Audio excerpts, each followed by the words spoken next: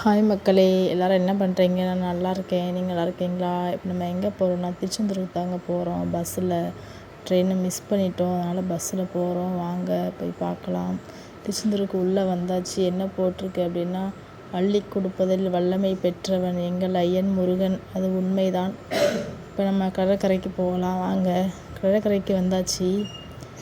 சத்தியமாக சொல்கிறேன், இந்த வீடியோ எடிட் பண்ணி உங்களுக்கு போஸ்ட் பண்ணுறதுக்கு ரொம்ப நான் கஷ்டப்பட்டு எடிட் பண்ணிகிட்ருக்கேன். சரிங்களா? ஏதோ ஒரு 4 டைம் எடிட் பண்ணிகிட்ருக்கேன்.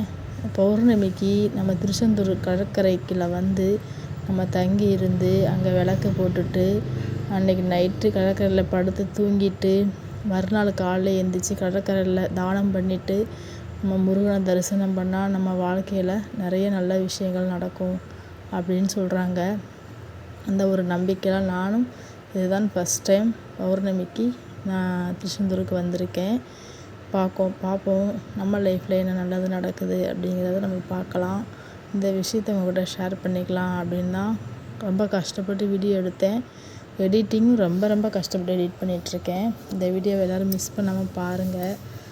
பார்த்தீங்கன்னா கடல் அலை பயங்கர ஃபோர்ஸாக வந்துச்சு. அதனால் குளிக்க தடை போட்டுட்டாங்க. குளிக்கக்கூடாது அப்படி சொல்லிட்டாங்க. காலையில் தான் குளிக்கணும், நைட்டு குளிக்கக்கூடாது அப்படி சொல்லிட்டாங்க. ஏன்னா அலை ரொம்ப பயங்கரமாக வந்துச்சு. அதனால் குளிக்கக்கூடாதுன்னு சொல்லிட்டாங்க. இந்த ஆற்றங்கரையில் விளக்கு போடுறாங்க பாருங்கள். நிலவு ஒளி, பௌர்ணமி நிலா ஒளி பாருங்கள். எப்பயுமே நம்ம திருச்செந்தூரில் என்னை பொறுத்தவரைக்கும் திருச்செந்தூரே ஒரு அதிசயம்தான். அங்கே நிறைய அதிசயங்கள் நடக்குது. அதில் ஒரு அதிசயம் அப்படி என்னன்னா, நம்ம கடற்கரையில் இருக்கிறப்ப கடலில் ஒரு வீடியோ எடுத்துகிட்ருக்கப்ப இந்த கடலில் நடுசில் ஒரு ரோஸ் கலரில் ஒரு மின்னல் மாதிரி வந்துச்சு. இது ஒரு அதிசயம்தான். இன்னொரு அதிசயம் என்னென்னா, அந்த கடற்கரையில் குழி தோண்டி விளக்கு போடுறாங்க. இந்த மாதிரி ஒரு அதிசயமான சம்பவத்தை நான் எங்கேயுமே பார்க்கல. ஆனால் இந்த நிகழ்ச்சி இங்கே தான் நடக்குது. நான் கேட்டேன், ஏன் இந்த விளக்கு போடுறீங்க, இதனால் என்ன நன்மை அப்படின்னு நான் கேட்டேன். கடற்கரையில் தீபம் ஏற்றி வழிபட்டால் நல்லது நடக்கும் அப்படின்னு சொன்னாங்க. கோபுரம்லாம் கட்டியிருக்காங்க. கோயிலுக்குள்ள அலோடு கிடையாது, 8:30 மணிக்கு நட சாத்திடுவாங்க. அதனால் கோபுரமாக கட்டி கடற்கரையில் தீபம் போட்டு மக்கள் வழிபடுறாங்க. உண்மைக்கே நானும் இதுதான் ஃபஸ்ட் டைம் பௌர்ணமிக்கு வந்திருக்கேன்.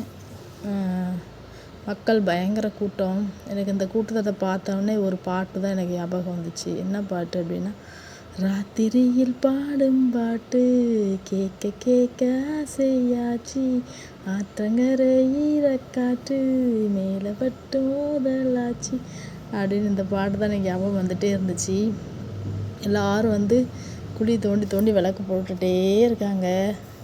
எனக்கு அவ்வளோ ஒன்று பார்க்குறப்ப அதிசயமாக இருந்துச்சு. நமக்கு தெரியாதுங்கிறதுனால நான் விளக்கு கொண்டு வரல. கடற்கரையில் போயிட்டு வந்தேன். ஏன் அப்படின்னா, அலை வருது, உள்ளே போக முடியல, பயமாக இருக்குது. அதனால் போயிட்டு